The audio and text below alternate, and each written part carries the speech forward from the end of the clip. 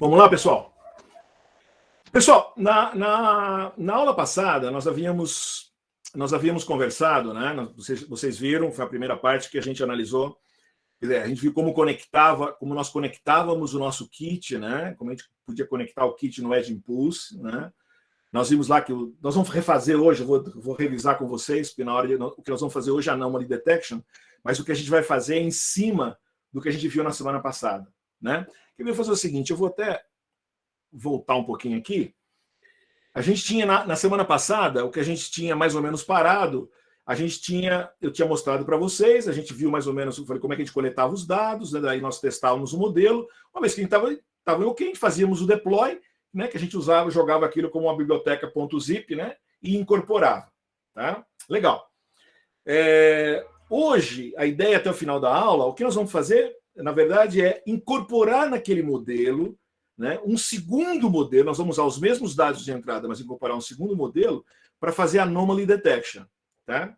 E aí, o que eu tinha proposto para vocês lá no laboratório era, inclusive, que vocês fizessem um pós-processamento. Né? Então, eu queria mostrar para vocês mais ou menos o que é que eu tinha ideia. Por exemplo, aqui ó, a gente está vendo o nosso Arduino. Né? Ele está com o modelo incorporado aqui. O que eu imagino que eu gostaria que vocês fizessem, por exemplo, vamos supor, se eu vier aqui, né, e fazer, por exemplo, começar a fazer, né, o movimento aqui, ó, vocês estão vendo aqui, ó, que a hora que eu faço o movimento, que eu fiz o movimento aqui, esse aqui é equivalente ao terrestrial lá, vocês viram que eu estou acendendo um LED azul aqui, né? Não só acende o LED azul, mas é óbvio que ele está mostrando aqui, deixa eu tirar aqui, ó. Né? O que eu fiz aqui, ó, ele falou, esse cara, ó, esse é um 0,99 é o terrestrial, né? Tá vendo?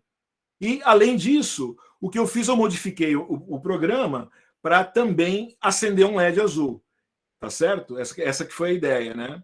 Então, que eu gostaria que vocês fizessem. Por exemplo, eu não estou fazendo nada agora. Se eu não estou fazendo nada, tá vendo? Ó, ele está em idle. O idle é o maior aqui, né? Eu só fiz uma linha a mais aqui, que eu estou pegando qual que é o maior aqui, pondo aqui, né?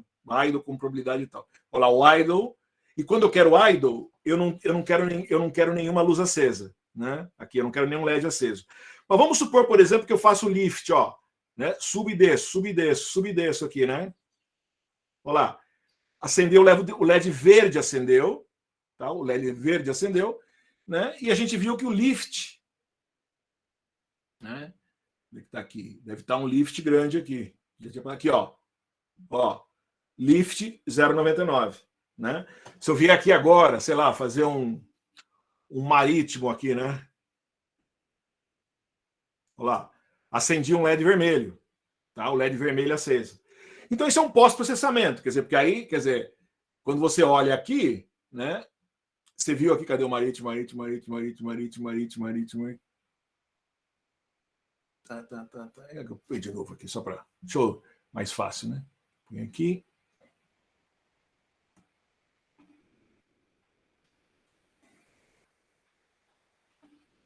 Olha lá. Sendo vermelho, tá? Então eu pego o marítimo. Se eu já vocês perceberam aqui que, inclusive, é o seguinte: o que nós vamos ver na aula de hoje é que, se por um acaso você chegar numa situação que ele não conhece, quer dizer, eu não programei para aquilo, eu poderia ter um caso de anomalia. Essa é mais ou menos a ideia. Vamos revisar um pouquinho, então, como é que a gente chega nisso aqui, né? Que eu quero mostrar para vocês na aula de hoje aí, tá bom? Legal. Então vamos lá. Primeiro, o que é detecção de anomalia, pessoal? Né? O que a gente quer, na área de análise de dados, né, quando a gente fala em detectar uma anomalia, é olhar o seguinte: quando eu olho o meu conjunto de dados, né, os dados que eu capturo, né, em geral, esses dados, né, eles vão estar, por exemplo, no caso nosso, que a gente está trabalhando com classificação, quando a gente captura os dados dos acelerômetros, de uma maneira geral, eles vão estar meio, né, eles vão estar, eu vou ter 3 possíveis classes que a gente programou, né? Ele vai estar na marítima, na terrestre, marítima, se ficar fazendo um certo balanço aí, como se fosse um navio, vai estar no lift, né? Se fizesse um movimento vertical aqui, né? Ou terrestre, se fosse no horizontal. Quer dizer, todos os dados que eu pego em cada uma dessas classes, elas vão fazer parte de um conjunto, de um cluster de dados, né? De repente, qualquer coisa que aparecesse fora desse grupo poderia ser considerado uma anomalia. E isso é muito utilizado na área industrial, né? Então, quer dizer, se a gente pensar graficamente, então, quer dizer, se eu tiver... eu estou considerando que imagine que cada bolinha dessa daí é um conjunto de dados. Cada bolinha dessa daí são aqueles 33 features, né? Quer dizer, é uma condição, é um sample dos meus dados lá que está entrando para um modelo específico, né? Uma das maneiras que eu posso olhar isso daí, né? Inclusive é muito utilizado em machine learning não supervisionado. Quando eu tenho imagine que eu tenho um monte de dados genéricos aqui, eu poderia, por exemplo, eu não tenho labels, né? Eu poderia juntar esses dados e olhar mais ou menos a que grupos eles pertencem, ou separar esses dados numa espécie de clusters, né? E se um elemento aparecer fora desse cluster, isso seria uma anomalia. Tá? Então, legal. Então, conhecer a anomalia é muito importante, por exemplo, na área industrial, né? Quando eu estou querendo, por exemplo, analisar manutenção, observar mantenimento, né? Por exemplo, de rolamentos. Né? Imagina que eu tenho uma fábrica aqui, né? Uma fábrica meio velha aqui, né? E imagina cada máquina dessa daí tem um monte de rolamento. Só para a gente simplificar a nossa ideia, imagina que eu vou pegar uma máquina aqui, ela tenha 8 rolamentos críticos aí, né? 5, 8, sei lá, um grupo de rolamentos críticos. Eu poderia colocar um acelerômetro, né, em cada um desses rolamentos aí, né? O que eu faço? Em condições normais, né, de temperatura e pressão, o que eu posso fazer? Eu pego o acelerômetro, capturo, né, os dados desse negócio, né, e vou analisar. Se eu não estou falando em TinyML, o que acontece? Eu vou pegar esse monte de rolamento de cada máquina, né, capturar o sinal dos rolamentos, né, e transmitir para algum lugar para analisar. Isso ficaria muito caro, né? Por isso que entra aqui, né, a grande vantagem do TinyML. Quer dizer, ou seja, eu colocar, né, aquilo que o Marco falou bastante agora, né? Em vez de eu pegar todo esse monte de dados dos meus rolamentos, dos meus sensores, e levar para uma nuvem para analisar, para ficar esperando alguma coisa acontecer, eu posso, na verdade, colocar o meu modelo junto, né, nesse sensor node, vamos dizer assim. Aliás, a gente precisa tomar muito cuidado, né? A gente fala o sensor. Na verdade, é sensor node, né? É o sensor propriamente dito, né? Quando eu estou me referindo, na verdade, o que eu quero dizer, o sensor node é o processador mais o sensor, mais o acelerômetro, né? Os dois juntos fazem um sensor node, né? Aí eu vou botar a inteligência ali e eu vou fazer uma análise, né? Então aqui você já estou careca de saber, né? Eu pego o dado do sensor. A gente viu aí no exemplo que a gente viu na aula passada, eu posso, por exemplo, pegar essa análise do sinal de tempo, fatiar esse negócio, pré-processar isso daí para mim gerar um grupo de features. Lembram? Eu tinha desse sinal de série de tempos, para cada janela que eu pegava de dados aqui, uma janela de 2 segundos, lembra que a gente pegava? Eu tinha lá 300 e tantos dados, né? 375 dados, que eram 225 dados por... Isso no caso do nosso movimento manual. Se eu estou trabalhando com, por exemplo, sensores de um rolamento de uma máquina, eu vou estar numa frequência muito mais alta. As minhas frequências envolvidas são mais altas. Logo, a minha frequência de amostragem também tem que ser mais alta. De repente, tem que ir para 2K, 3K, 10K de frequência de amostragem, para mim poder, lembrando de Nyquist, né, para capturar a frequência até metade desse valor, as componentes de frequência daquele sinal específico, né? Então, o processo, seja o que for, que você vai trabalhar, sempre eu vou pegar os dados do sensor, desse sensor, né? Esse sensor é um sinal de série de tempo. Eu vou fazer um pré-processamento, transformar isso aí num tensor de dados, né, numéricos, vou passar por um modelo e, por exemplo, vou ver, né? Eu poderia usar que classe ele pertence, ou eu posso, na verdade, fazer o seguinte: o que eu quero discutir aqui é se esse sinal que está vindo aí pertence a um grupo normal de funcionamento da máquina ou não pertence a um funcionamento normal da máquina. Perceberam? Essa é um pouco a ideia. Funciona bem ou não funciona bem? Ele é um outlier ou ele não é um outlier? Quer dizer, ou seja, voltando ao nosso desenhinho lá, né? O que eu estou pensando é, eu tenho a minha máquina, por exemplo, vamos supor que ela funcionando num modo normal, né, um modo 1 normal, ele tem esse conjunto de dados aqui. Então, todos esses dados são a máquina, por exemplo, alguns de vocês já fizeram exemplos aí, que o pessoal já passou para mim, alguns está fazendo lá o ventilador funcionando numa velocidade tal, ou a máquina de lavagem que alguém fez, o liquidificador também, então, está funcionando numa velocidade X. Então, aquele conjunto de dados significa que aquela máquina está funcionando de uma maneira correta. Você capturou aqueles dados. Aí muda a condição da máquina. Aqui está a máquina funcionando bem numa outra condição. E eu posso ter uma terceira condição, que eu vou chamar de outlier, que eu não sei o que é. Na verdade, essa terceira classe ali em cima é qualquer coisa que apareça que não pertence a essas duas classes. Perceberam a diferença? Né? Ela é uma classe em si, é como se fosse uma classificação, mas o que eu estou tentando fazer é, eu mapeio tudo que é classe regular. Eu vou mapear o que é marítimo, eu vou mapear, né? Eu vou vir aqui e vou mapear, né? Por exemplo, o que era o marítimo, vou mapear o que era o lift da minha carga, mas o que eu vou querer saber é conhecer outlier, ou seja, né? O que vai acontecer, por exemplo, se naquela ideia que nós estávamos falando do container, né? Do transporte do container. Por exemplo, se um forklift ele vai ser usado para levantar ou baixar carga, né? Se de repente ele está baixando bastante, de repente eu deteto um rolamento em torno do eixo daquele negócio, essa carga caiu, né? Mesma coisa no mar, eu estou trabalhando no mar, mas de repente eu sei que eu vou ter um ângulo até 45 graus, de repente virou 180 graus, por exemplo, alguma coisa aconteceu. Ou ficar virando 90 para um lado, 90 para o outro, porque um container vai balançando aí no mar, né? Quer dizer, ou seja, algum acidente aconteceu. E eu não consigo prever exatamente o que vai acontecer, né? Então, o que a gente vai fazer é prever tudo que está fora. E aqui eu queria fazer um comentário com vocês, né? A gente trabalhou até hoje no curso, a gente falou muito do quê? Quando a gente fala de machine learning, a gente fala, nós estamos falando de classificação e tal, mas nós basicamente trabalhamos com uma classe aqui, né? Que é um tipo de modelo, né? Um tipo de algoritmo que são as redes neurais. A gente trabalhou lá, né, com o DNN, trabalhamos com o CNN, faz duas, né? Tanto para as redes neurais densas ou para a CNN quando era imagem, né?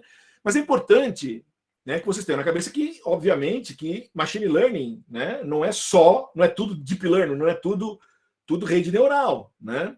Eu posso ter, por exemplo, outros tipos, né? Outros tipos, tipo uma árvore de decisão simples é um modelo de machine learning, um SVM, etc. Quer dizer, eu tenho outros tipos de modelo, né, que eu posso trabalhar em machine learning. Tá? Nem todos são aceitáveis ou fáceis de você colocar dentro de um microcontrolador. Por isso que a gente hoje o nosso foco está sendo muito redes neurais, porque as redes neurais elas se aplicam de uma maneira fácil por causa de frameworks como o TensorFlow, a eu colocar os modelos rodando dentro dos microcontroladores. Tá? Mas existem outros, vamos dizer assim, frameworks que nos ajudam com outros tipos de modelo também. Ok? E além do machine learning supervisionado, que é aquele quando a gente tem o machine learning, né? Quando a gente tem os dados e tem o meu label, eu tenho um tipo de machine learning, que a gente comentou lá atrás também na primeira aula, que são os machine learnings, né, não supervisionados. Quer dizer, ou seja, eu quero trabalhar, mas eu não tenho as classes definidas. E um desses modelos é um modelo de clusterização que a gente chama de caminhos.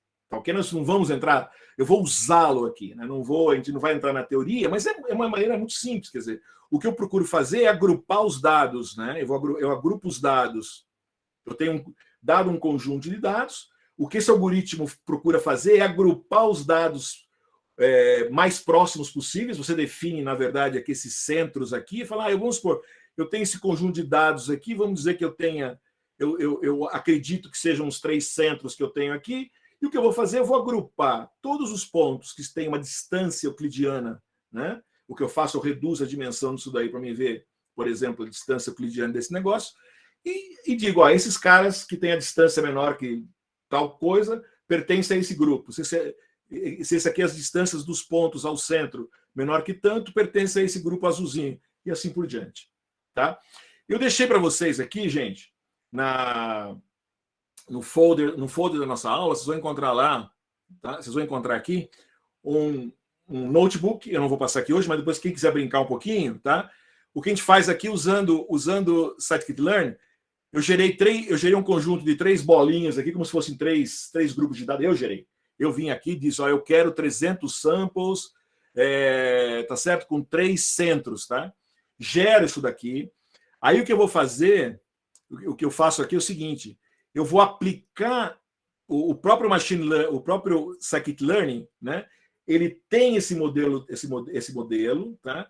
Ele tem o modelo de machine learning. Eu vou fazer o seguinte: eu vou definir, vou aplicar esse modelo, vou encontrar aqui quais são os centros. Obviamente que eu procurei dados bem isolados para ficar mais fácil de analisar. Isso é só para a gente analisar, né? E aí ele calcula aqui. E aí, obviamente, eu vou vir aqui, depois eu vou criar. Eu crio dois grupos que não fazem parte daqueles originais, que são outliers, e a gente calcula as distâncias. Vocês vão ver que em alguns casos aqui ele vai se perder, né? Porque os outliers, na verdade, é um outlier, mas ele está perto de um dos grupos.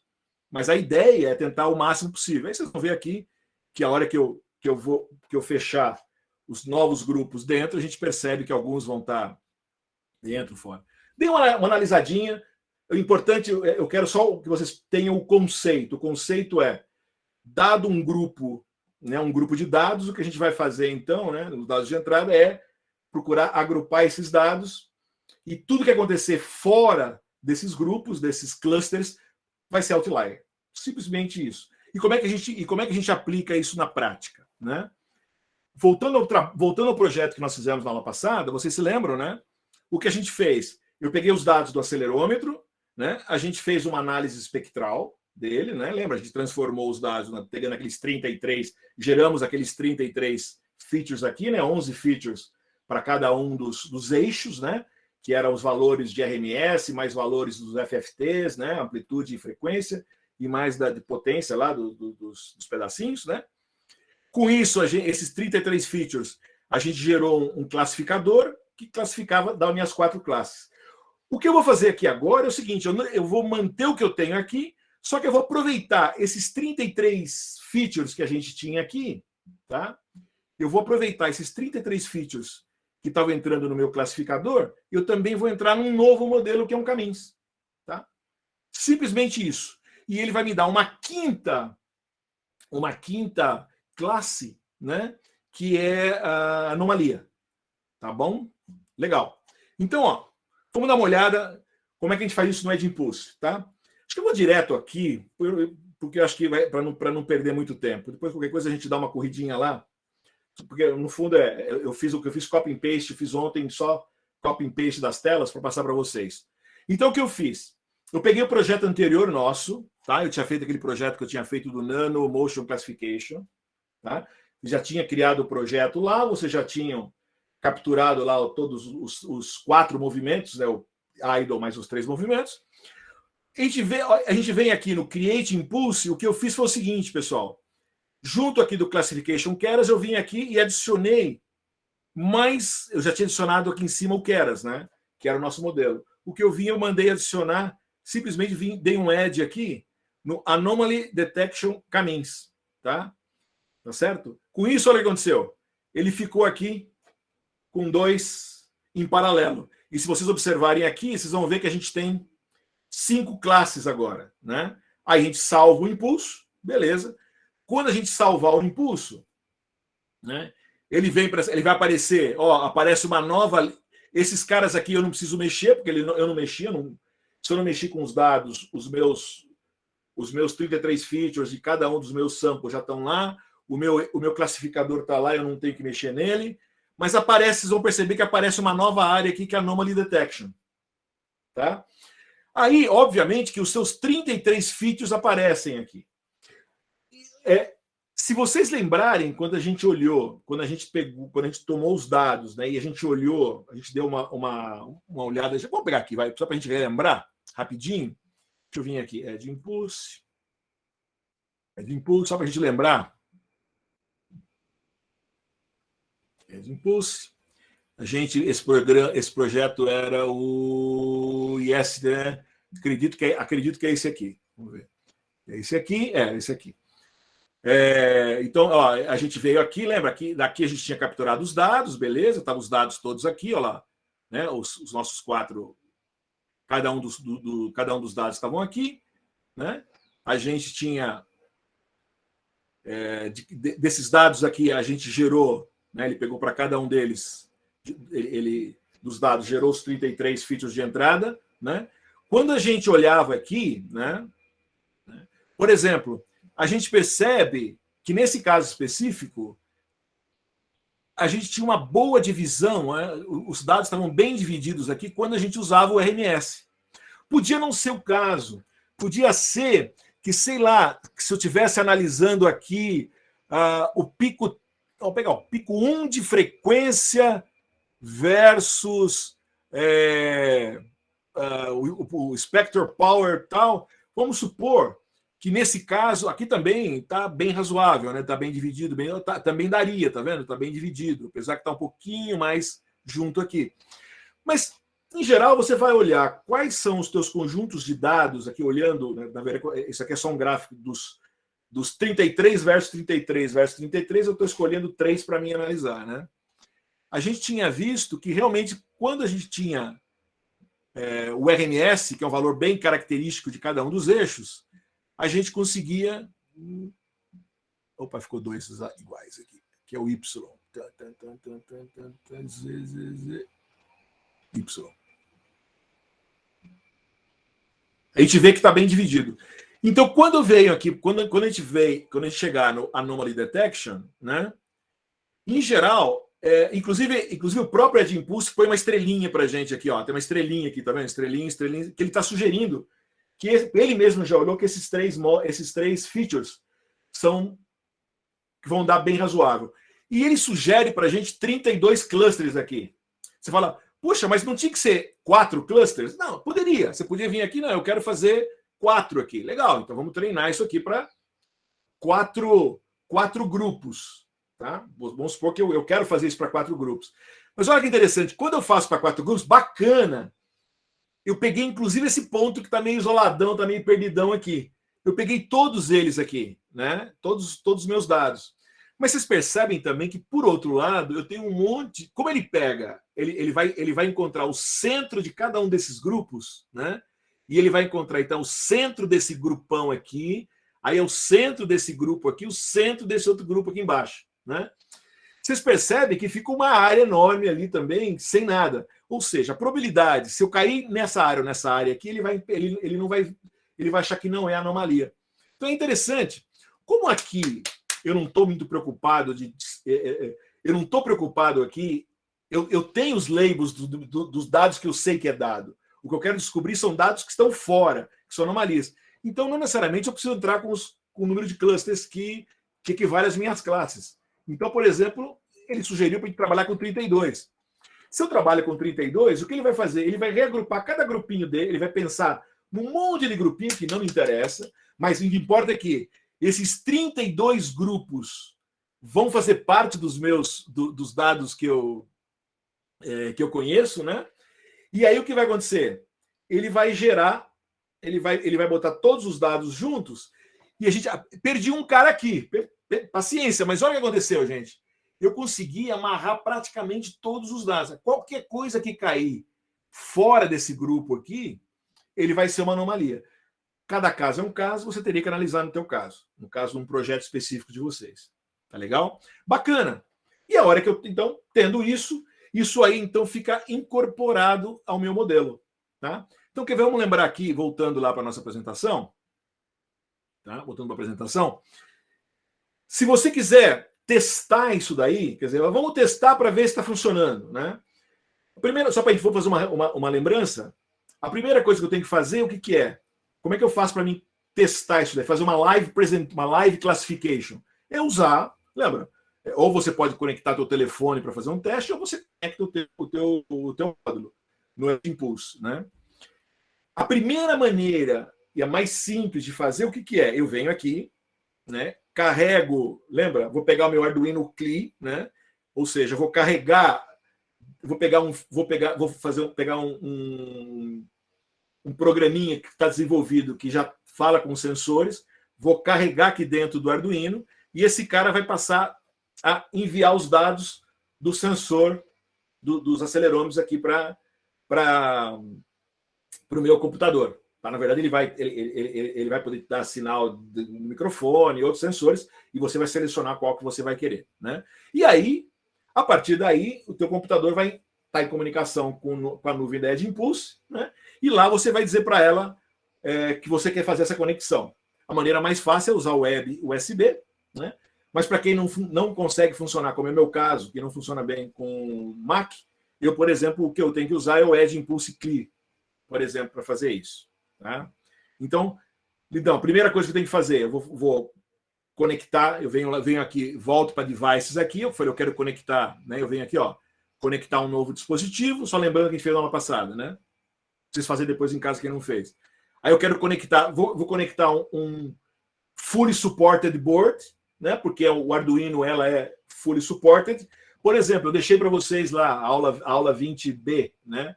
Que era, eu mostrei para vocês como é que eu fazia isso com o ESP32. Ele não é fully supported, então não adianta você fazer isso. Você tem que fazer, lembra? É o Data Forward, que eu também fiz na aula passada, que também funciona nesse cara, que é carregar dentro dele um programinha para jogar os dados para serial, e aí a gente conecta no Edge Impulse.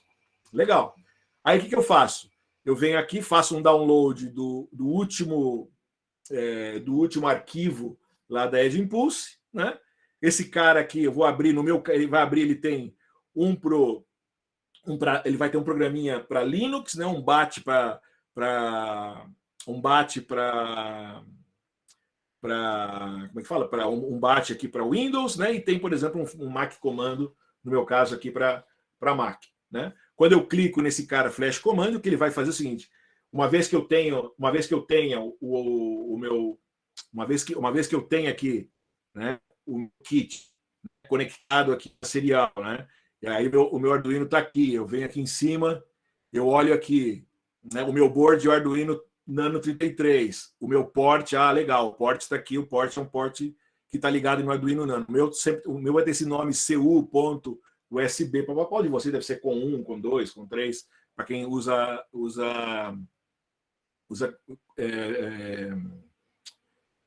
Windows, né? Lembrando que a primeira coisa que vocês vão ter que fazer sempre é bom fazer, vem aqui, clica 2 vezes, né? O que vai acontecer é que vai a luzinha, o LED aqui vai ficar piscando, né? Vai ficar piscando meio em câmera lenta, que ele vai esperar um flash, né? Aí você vem, beleza. Aí eu executo esse comando aqui, os de vocês vão executar o Windows aqui, e ele vai carregar. O que ele vai fazer? Ele vai encontrar esse programinha que vai estar na tua máquina, então ele vai ver que tem um Arduino lá, e ele carrega o Arduino, né, com um programa que vai conectar na serial. Beleza, uma vez que eu faço isso, terminei, a maneira mais fácil, volto lá no meu programa, abro de novo lá em Data Acquisition, né? Vocês vão ver que venho aqui, venho no Connect Web USB, né, esse botãozinho aqui, ele vai abrir isso daqui, ele vai dizer que tem um Arduino pareado, você pá, Connect, pum, vai aparecer lá para você conectar e fazer a sua captura. Para os que, como eu, isso não funciona, uma solução qual que é? Eu venho aqui, vou ter que vir aqui, Edge, Impulse, Daemon, Clean, por exemplo, para começar do zero. Aí ele vai abrir o Edge Impulse Clean, essa maneira mais simples, né? Ele vem, ele vai te pedir o teu e-mail, vai te pedir o teu password da tua conta, vai listar todos os teus projetos, você vai dizer, eu quero ligar o S31 Nano, ele captura o projeto aqui, ele me pergunta qual o nome do meu sensor, etc, né? Pum! Beleza. Ele vai me dizer que eu estou conectado, né? E bacana. Eu posso fazer um teste. Uma vez que está conectado, o que ele está fazendo, então, não é com o modelo que está lá dentro dele, né? Ele está. O que ele vai fazer aqui é só mandar os sinais e ele vai usar o modelo que ainda está dentro do Edge Impulse Studio, né? Então ele vai fazer. Então, aí você vem aqui, por exemplo, faz o terrestre, como eu falei aqui, né? E captura os dados. Todos os dados que você vai capturar nessa hora, a gente vai ver que eles vão cair dentro, mais ou menos, vai estar mais ou menos dentro desse conjunto aqui, porque são dados esperados, né, de acontecer. Tá? Se a gente, por exemplo, fazer uma coisa totalmente não esperada, né? Por exemplo, se eu vier aqui começar, né? Se eu vier aqui, pegar esse carinha aqui e começar a rolar o meu sensor aqui, né? Não, o que vai acontecer? Né? Vocês vão perceber que a hora que eu comecei a rolar o cara, né? Deixa eu resetar, porque na verdade não estava, eu tinha esperado. Agora voltou de novo. Está fazendo inferência de novo aqui. Agora eu dei um reset, voltou porque eu tinha carregado. Agora ele tá offline aqui, né? Ele está aqui, tá pegando o idle aqui, né? Se eu rodar esse negócio aqui, para tudo quanto é lado aqui, né? Então, o que vai acontecer aqui? Olha aqui, ó. Olha aqui, ó. O que acontece é os valores do anomaly score, que eram muito baixinhos, ficaram com valor alto aqui. Significa que eu fiquei com alguma coisa completamente fora daquele negócio lá. Então, é como equivalente se tivesse caído lá. Então, se eu girar, né, de repente, eu fiz um movimento totalmente fora daquilo que era o esperado, nesse caso foi rolar em função do próprio eixo, né? A gente percebe, olha só, vocês vão perceber, né, que todos os teus dados vão ficar fora desses clusters. E aqui você consegue ver isso. Pois não, Rodrigo? Rodrigo?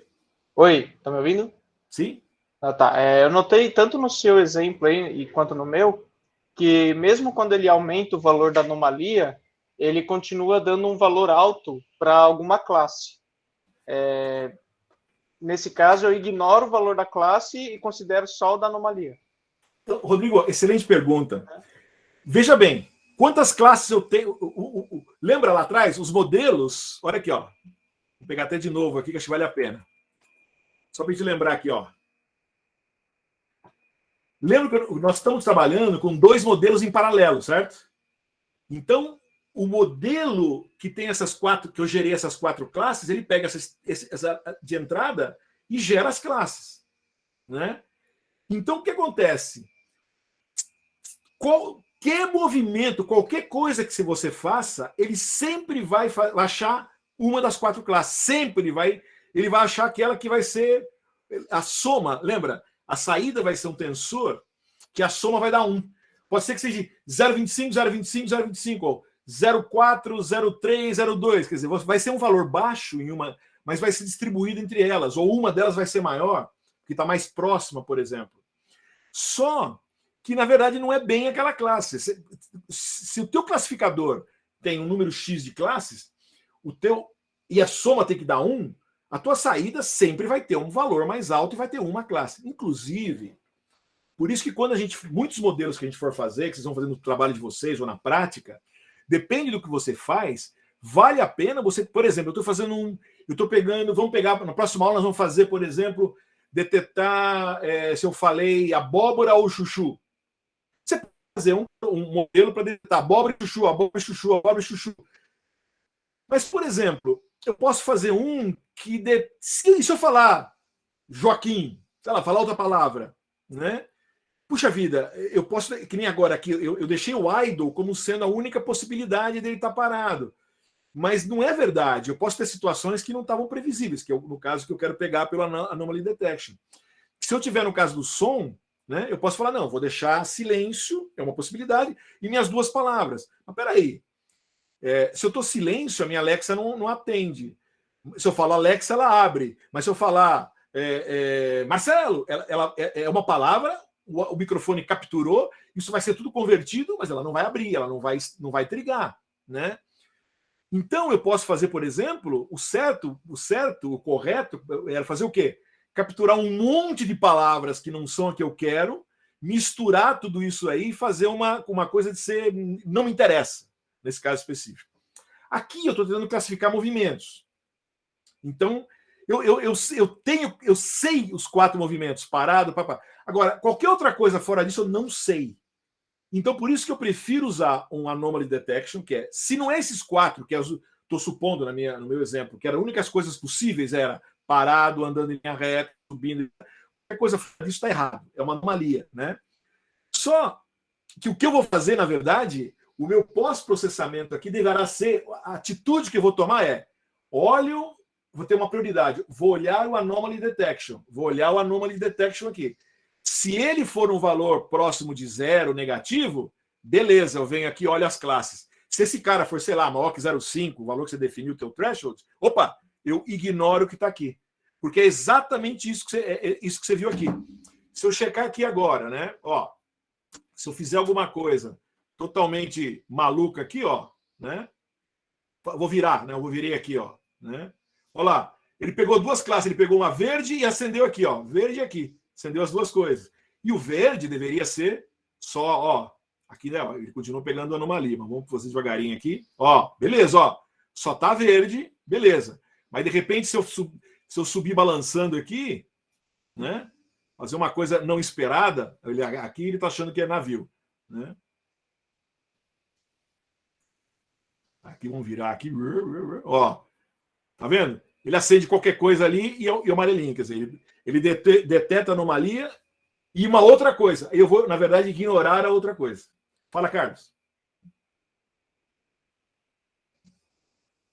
Pois não, Carlos? Não, é que eu estou fazendo ao vivo e a cores, tá? Ah, legal. Na minha fragmentadora de papel. E aí liguei lá o Carlos, pelo amor de Deus, hein? Não deixa o kit dentro da fragmentadora, hein? Não, é em cima dela, não é dentro. Tô enchendo o saco.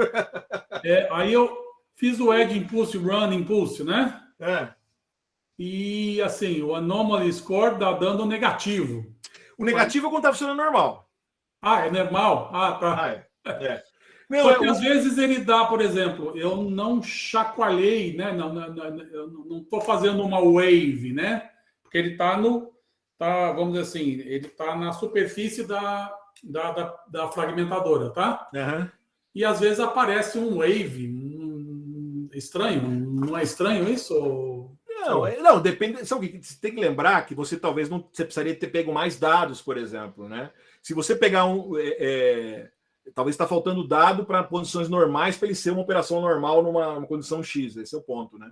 É porque ele está dando valor para o idle, para o snake e para o up-down. Uhum. Né? A maioria deles, né? Na triturador de papel? Isso. Estranho, né? Não, mas você que tem que dizer qual é o teu label. O que quer dizer snake na tua... Não, na tua trituradora você vai pegar o teu... Você vai pegar o teu Arduino aqui, sei lá, vou pegar o teu módulo aqui, vou colar nele, sei lá, né? Então, se eu for fazer. Eu pus uma fita isolante prendendo o kit todo, tá? Então, aí você vai operar ela, sei lá, papel. Aí você faz idle, né? Eu fiz ela em vazio, sem carga, sem picotar, tá? Isso, vai estar lá, vai pegar vibração, uma vibraçãozinha do pessoal andando na tua casa, ou você mexendo. Não, é porque ela tem um sistema de contrário e ela fica com o motor ligado, tá? Ah, tá bom, beleza. Então isso aí é sem carga, vamos pensar assim, tá? Joia. Essa é uma classe, vai pegar um monte de dados. Essa é uma classe, sem carga. Isso. Aí depois eu picotei uma folha. Legal. Aí ela vai gravar, você tem que pegar esse pedaço ela gravando a folha. Exatamente, foi uma folha atrás da outra por 20 segundos. Beleza, joia. Depois peguei 5 folhas, que é a carga máxima. Ok, ao mesmo tempo, beleza. Tá? Agora, por exemplo, ela está funcionando no vazio, sem carga, tá? Então, aí você tem as tuas classes, vão ser vazio, uma folha, 10 folhas, carga máxima, 3 classes. Uma folha e 5 folhas, isso.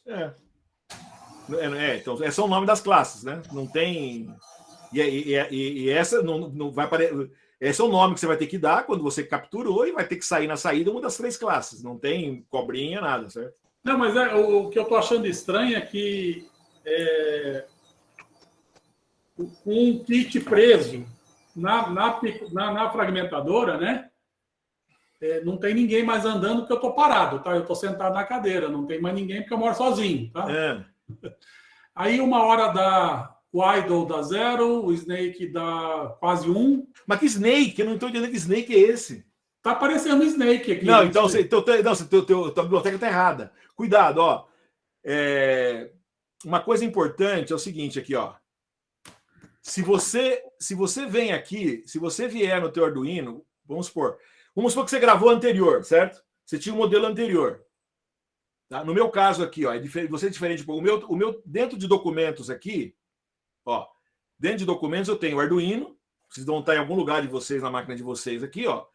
Tem as libraries, certo? Ó, eu Onde tinha você uma tá, library. documentos? Hã?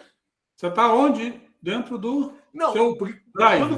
quando você instalou a biblioteca dentro do Arduino, ele jogou isso dentro dos teus documentos. Aí não sei onde na tua máquina o Arduino guarda as bibliotecas. Tá? Certo. Então, Eu tenho uma pasta chamada Arduino BE. Pronto. pronto, e dentro dela deve ter libraries. Certo. Se você andar em libraries, né? Por exemplo, olha aqui, ó. Por exemplo, eu tenho aqui, ó, EST101 Nano Motion Classification Interference No Anomaly. Essa aqui, na verdade, o que aconteceu? Essa era a minha anterior, porque o nome dela era igualzinho, Classification Interfacing. Então, primeiro eu mudei o nome da biblioteca anterior para não dar confusão. Ou você pode apagar. Ou antes de salvar, antes de fazer o deploy, você muda o nome do teu projeto. Mas eu só tenho um projeto, é isso que eu estou achando estranho. Não, mas se está dando. Não, se está saindo uma outra classificação, é porque porque você tem duas com o mesmo nome. O problema é que você pode olhar na tua biblioteca, você deve estar com duas. Uma é 1 e 2. E aqui, ó, olha só, aqui o que você está incluindo aqui em cima é o que ela vai buscar, entendeu? Você deve ter duas com o mesmo nome, a anterior e a atual. Isso aí está no Está nas IDE. libraries. Está nas libraries. É que eu não comentei isso com vocês, devia ter comentado com vocês. Talvez o ideal é você, quando você fez um projeto, fez o deploy, talvez o mais fácil, o mais tranquilo seria vir aqui no Edge Impulse, né? E, sei lá, vir aqui, ó, no dashboard e tal, antes de fazer o deploy, mudar o nome do projeto. Vem aqui, faz Nano Motion Classification, né? E vem aqui, muda with Anomaly Detection, alguma coisa assim. Tá bom? Então, mas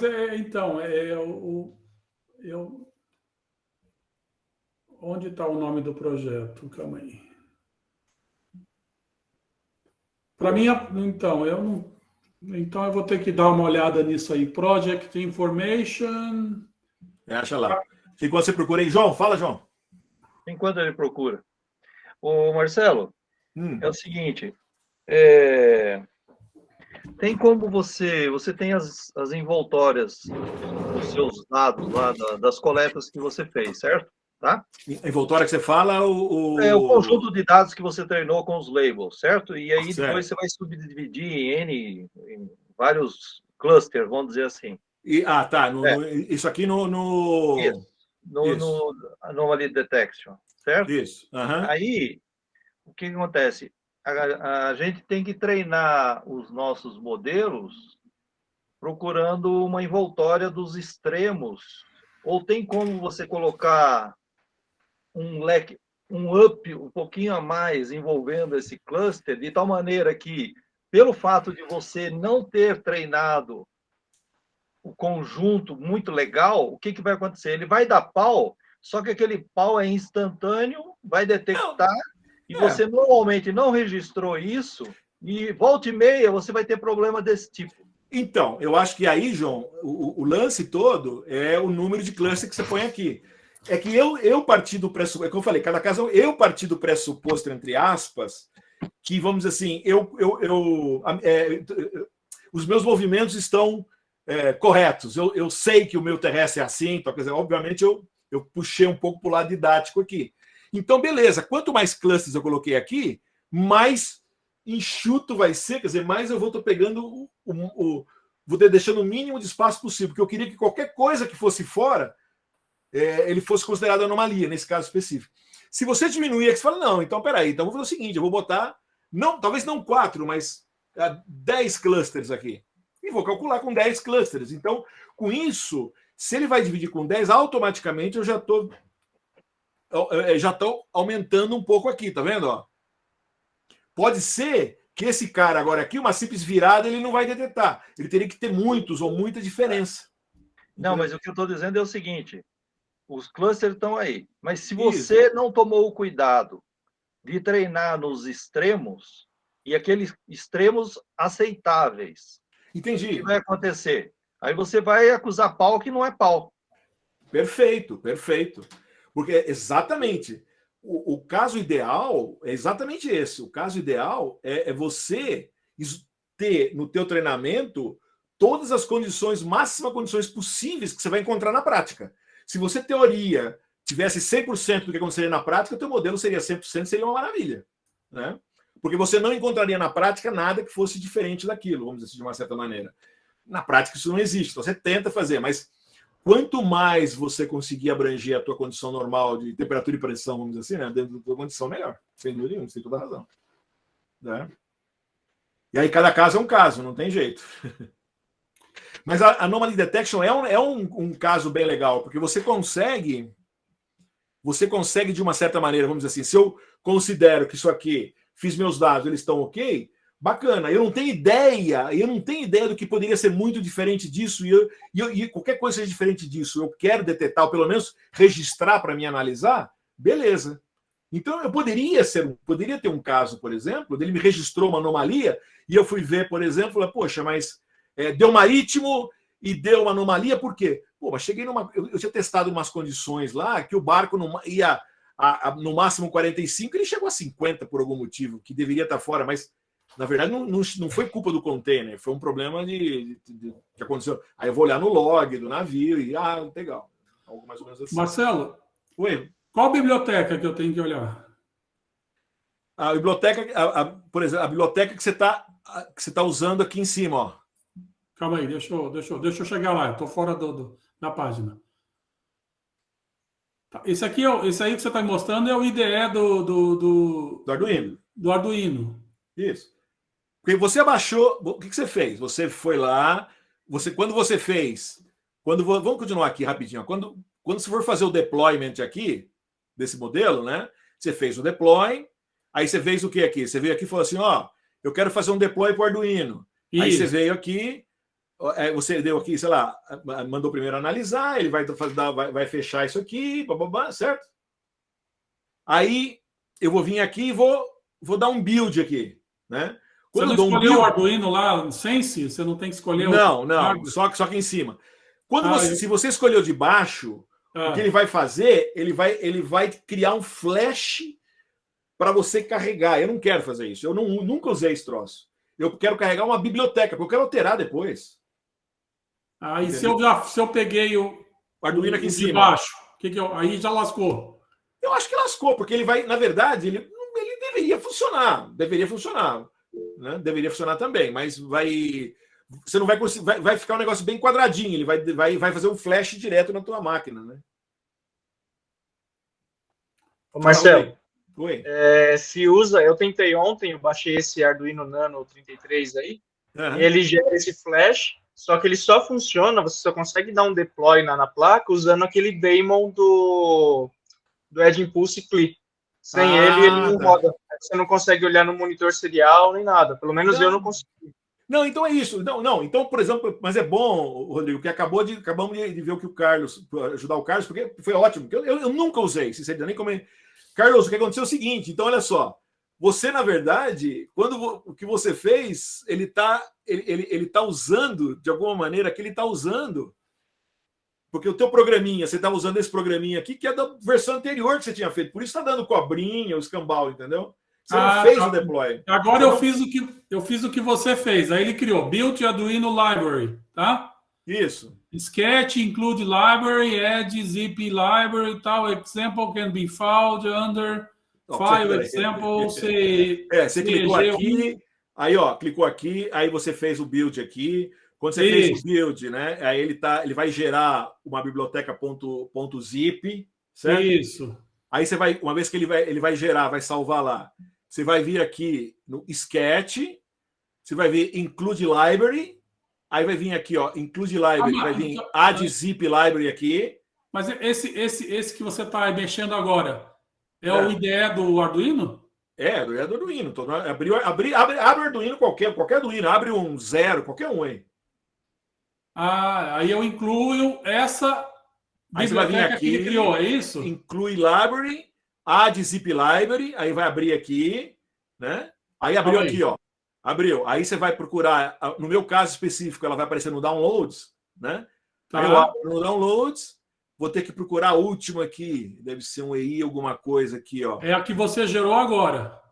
Gerei agora. Deixa eu ver se eu Tá. botar aqui. Data modificada aqui. Deixa eu ver se ele. Peraí. Aqui, ó.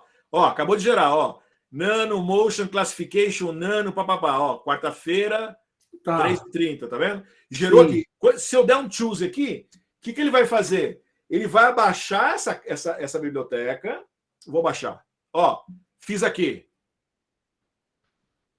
Tá? Abaixou, né? Se você for agora aqui, tá? Olha só, se você vier nos teus documentos do Arduino, olha o que aconteceu agora aqui, ó. Entendi. Ela vai aparecer, ela deve aparecer em algum lugar aqui. Tá? Apareceu aqui de novo, ó. Tá? Então, e aí você vai ter que tomar cuidado, porque daí pode dar erro a hora que você for rodar. Quer dizer, aí não vai dar erro porque tá igual. Se você tivesse modificado, entendeu? Ela vai rodar, ela pode ficar em conflito. Então, o ideal é você muda o nome, tá? Então, mas é como eu não fiz isso, não vai dar conflito.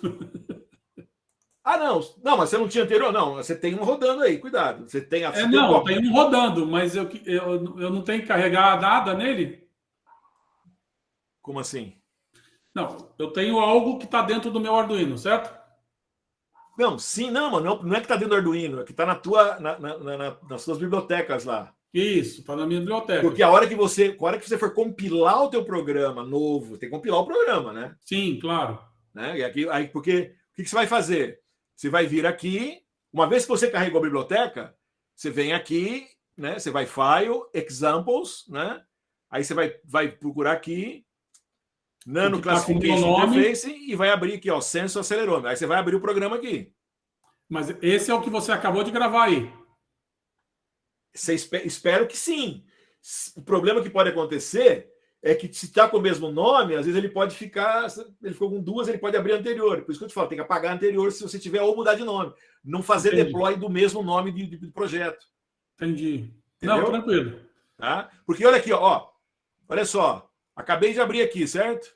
Uhum. Olha o nome da biblioteca. Olha a biblioteca aqui, acabei de abrir, ó. IEST01, tracinho Nano, Motion, Classification, Interface H. Olha a anterior da minha aqui que está funcionando com meus LEDs e tudo. ISTI, Nano, Motion, Classification. É o mesmo nome. Ah, tá. Entendi. Ou você muda aqui, muda lá. Eu não mexeria aqui, né?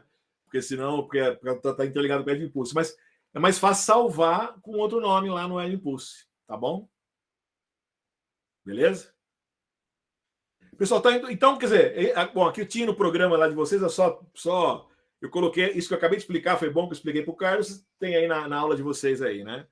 Aí você faz, e aí eu tinha dado sugestão para vocês de fazer um pós-processamento, né? Que é pegar, para cada uma das classes que você definirem, você usar uma cor de LED, por exemplo. Então, eu decidi que eu ia usar verde se era lift, vermelho se é marítimo, azul se era terrestre, ou acender o LED, acender esse LEDinho aqui, né? O LED, porque eu tenho o RGB que está aqui, né? Mas eu tenho esse LED built-in aqui. Você podia combinar outras cores também no RGB, mas em geral esse RGB é meio vagabundo, as cores misturam um pouco, né? Não fica muito. O verde e o azul deveria dar amarelo, né? Mas fica meio estranho. Mas vocês podem tentar, tá? E aí o que eu fiz para vocês é pega o programa que é abaixo do Edge Impulse e eu sugeri para vocês algumas alterações. Então é vir aqui, né? Você faz a inicialização dos LEDs, né? Na parte inicial, só isso, acrescenta lá. Depois você vai criar um programinha para. Eu fiz uma função para apagar todos os LEDs, lembra? Apagar todos os LEDs no RGB, eu tenho que jogar tudo para o alto, né? E eu fiz um switch aqui, usei um switch. Tá? E dependendo do valor do índice, porque o índice vai. O meu modelo, a saída do modelo vai ser 0, 1, 2 ou 3. Tá? Então, se der 0, eu vou apagar todos os LEDs, que é idle. Se der 1, é lift. Papapá. E como é que eu sei isso? Eu vi a sequência, essa sequência aqui, ó. O idle é 0, o lift é 1, marítimo 2 e terrestre é 3.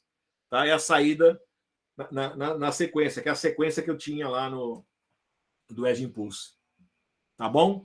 E com isso aí você Aí eu mostrei para vocês quando é aqui, aí você tem o azul aqui, se é o terrestre, né? Se é o verdinho, está subindo ou descendo, vermelho, se está fazendo o marítimo lá do barco, né?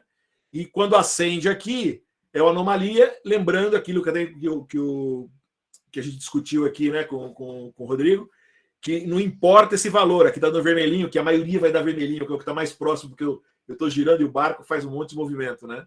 Mas aí vocês pode acontecer de ser um verde errado, um verde amarelo. Então, no meu pós-processamento, o ideal seria, se der... No meu programa aqui, eu fiz o seguinte, eu tomei a decisão de fazer o seguinte aqui, ó. Aqui, ó. Se o resultado da anomalia for maior que 0,5. Em teoria, acima de 0 já seria uma anomalia, mas não é verdade. Vocês vão perceber que em muitos casos eu não tenho anomalia, né? Mas olha aqui, ó, eu estou idle, né? Eu estou em idle, agora mesmo, se eu deixar ele está parado aqui, né? Ele está parado, está em idle. Mas eu tenho alguma coisa aqui, né? Tá vendo? Acendi o azulzinho, ele deu terrestre, né? Ó, deu terrestre aqui, né? Ele deu terrestre. Aqui ficou bacana. Esse é o mais tranquilo, que está usando a mesa, né? Então esse é mais tranquilo, né?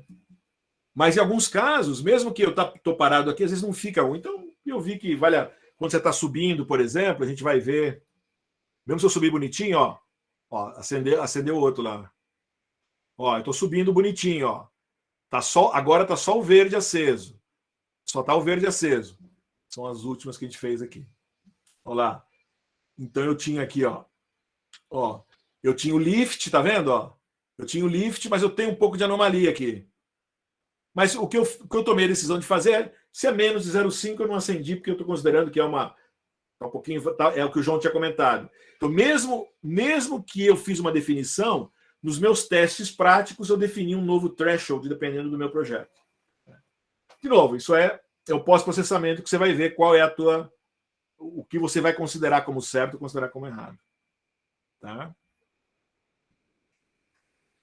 Bom, pessoal, na parte de Hidden Material, eu deixei bastante coisa, um pouquinho mais de exemplos falando um pouco de Anomaly Detection para vocês.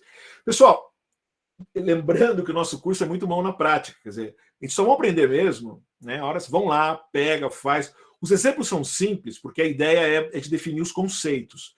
E aí vocês tentam aplicar isso numa coisa mais complexa, né? Que seria tentar extrapolar um pouco o que a gente fez em classe. O laboratório é no mínimo que a gente fez aqui. Se vocês fizerem, bota umas fotinhos para mim lá, ó, com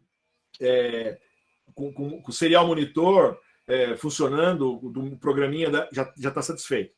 Poxa, ficaram um pouquinho mais além, deixa eu botar uns LEDs lá.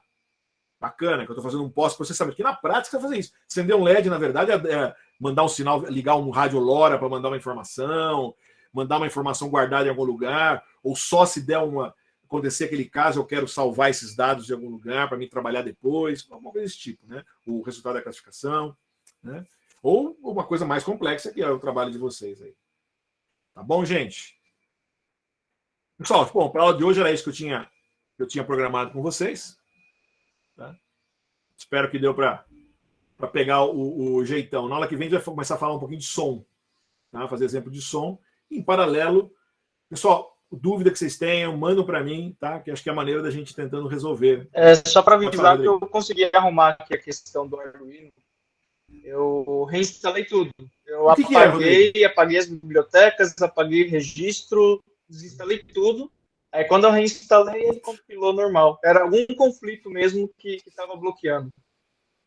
Agora... Eu te digo porque há um ano atrás me aconteceu comigo. É um probleminha mesmo aí. Às vezes é... Fala, João. Pelo menos deu certo. Valeu, Marcelo. Obrigadão. Hein? Bacana. Obrigado a você, Rodrigo. Fala, João. Eu não sei, da semana passada, eu te mandei algumas coisas aí. Tá tudo funcionando legal. Eu fiz mais ou menos isso aí que você pediu, faltou anomalia, né? Uhum. Mas eu não sei o que era, se não fosse isso, o que era para ter mandado. Eu nem sei. Não. O laboratório, não, nem era mandar, era até a semana que vem ainda. Ah, tá. Até a próxima semana. Deixa eu falar uma coisa para você. E o seu comentário. Não, na descrição que eu fiz do laboratório, lá, tem um PDF que eu deixei com o que era para ser feito. Eu sugeri que, se alguém quisesse, por exemplo, como é que fala? Por exemplo, ligar numa máquina, por exemplo, né, botar no liquidificador, quando o Carlos está botando na máquina de triturador de papel.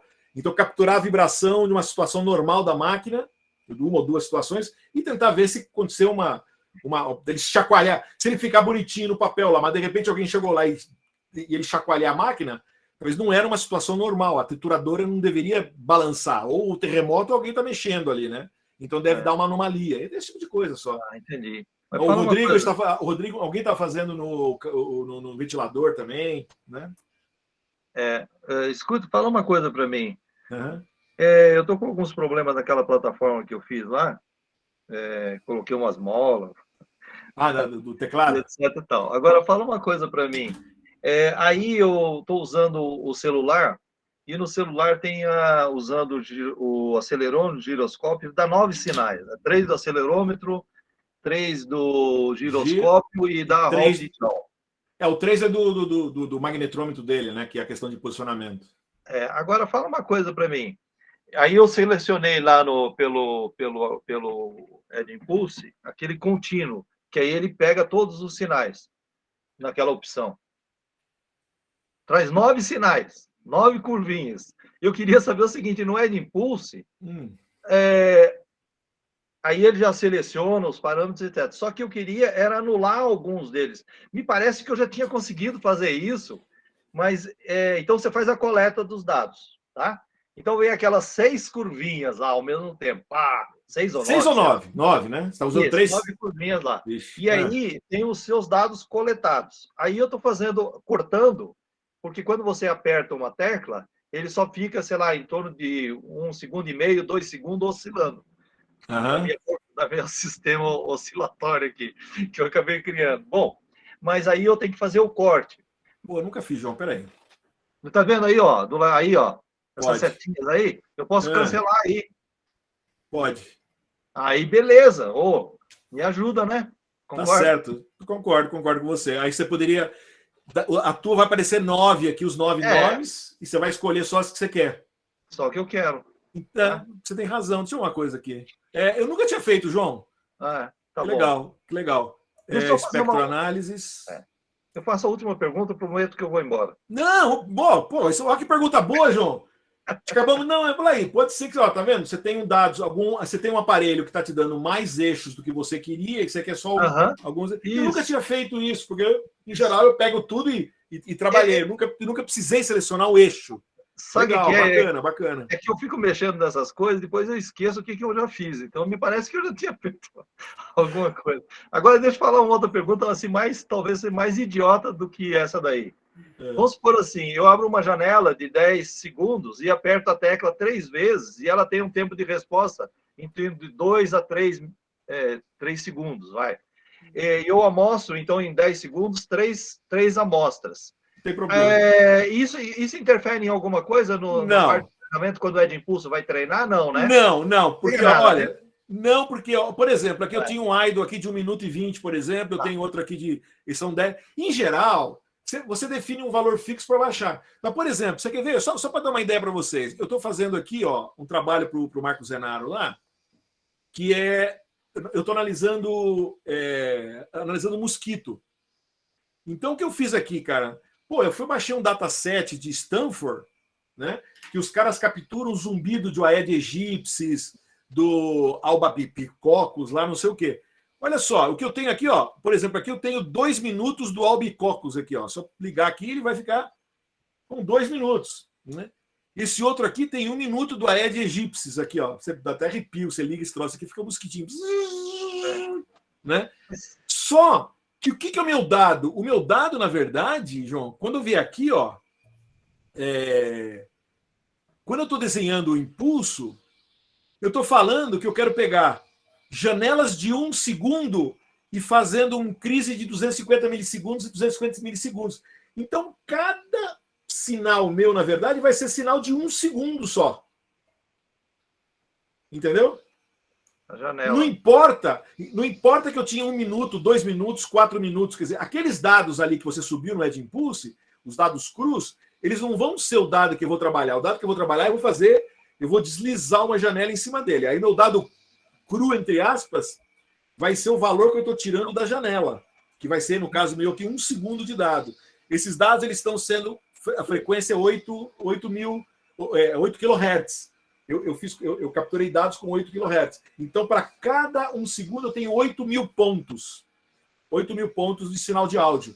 E eu vou pegar esse sinal de áudio e vou trabalhar com eles. Então, Marcelo, só para fechar esse assunto, desculpe os outros aí, porque eu estou fazendo, demoro muito. Não. É o seguinte, se eu aperto três teclas, tá legal? Existe um intervalo entre elas. E eu tô dizendo para ele, o label, que tudo aquilo é a tecla número tal. E eu estou pegando esse e-mail e ele está contaminando. Se a outra amostra eu dou um espaço maior, ele vai ficar meio esquisitão. Então, por isso que eu estou fechando a janela do tempo de resposta da tecla, entendeu?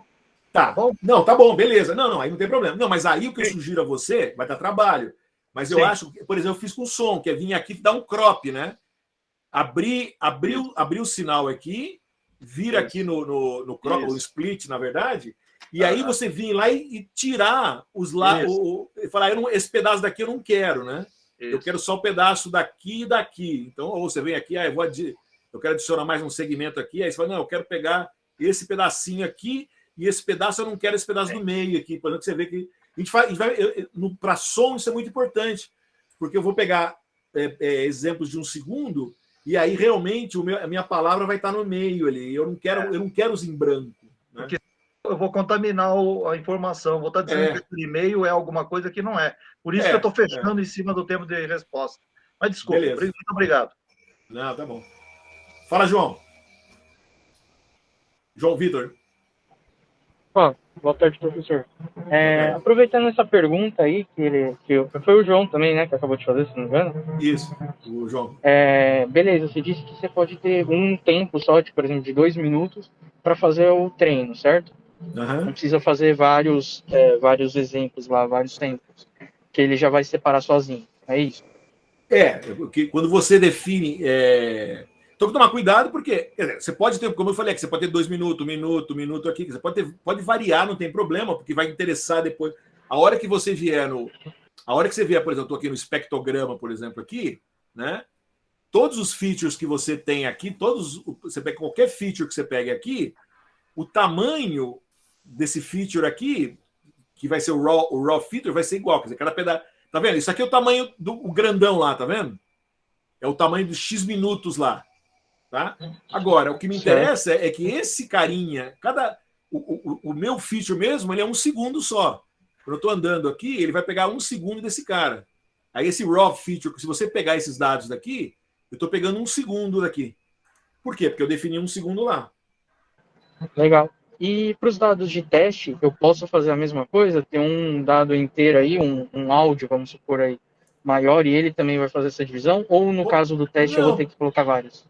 Não, pode. Desde que você tenha uma equivalência, né? Aqui, por exemplo, se pegar esse caso, que é um caso real e porque é um projeto real, e olha lá. Agora que eu vi que tem um Sport Data aqui, eu não sei se aquele já exportava direto o dado, o RAW que você trabalhou, eu nunca tinha olhado isso aqui. Isso aqui acho que no início não tinha, eles botaram agora. O teste data meu também, olha aqui, eu tenho 51 segundos, 1 minuto, 43, 1 minuto. Mas eu fiz mais ou menos, eu tenho 2 minutos, 2 minutos, 2 minutos e pouquinho, tá vendo? Eu tenho 2 minutos para cada mosquito, mas os pedaços aqui são diferentes. É essa a tua pergunta, né? Certo, isso. Então, mesmo que eu posso unificar tudo em um só, né? Vamos supor. Não preciso ficar gravando e parando. Se é tudo da mesma classe, eu posso gravar tudo de uma vez. Pode. Uma coisa que eu observei, aí uma questão do projeto deles, aqui da Edimpulse, se você for usar o Eon Turner, né, depois para você ver, para deixar ele te calcular as melhores combinações para você, quais são as melhores combinações do teu projeto, eu percebi o seguinte, eu tinha feito isso, por exemplo, o meu teste tinha três amostras só, uma grandes, né? E aí ele disse para mim, não dá para ele me deu erro, porque ele falou, eu preciso no mínimo 5 para cada classe. Então eu tive esse problema, por isso que eu estou perguntando também, porque talvez tivesse alguma configuraçãozinha, mas é só dar um split lá, já eu tive que dar um split, inclusive. Tá. Então aconteceu comigo, então foi o mesmo que aconteceu com você, porque eu nunca... Tecnicamente falando, não tem problema. É que a Edimpulse, por algum motivo, do jeito que eles fizeram o projeto, eles considero que tem no mínimo 5 para garantir alguma coisa deles lá, não sei o que. Tá certo. Tá bom então. Obrigado. Por nada.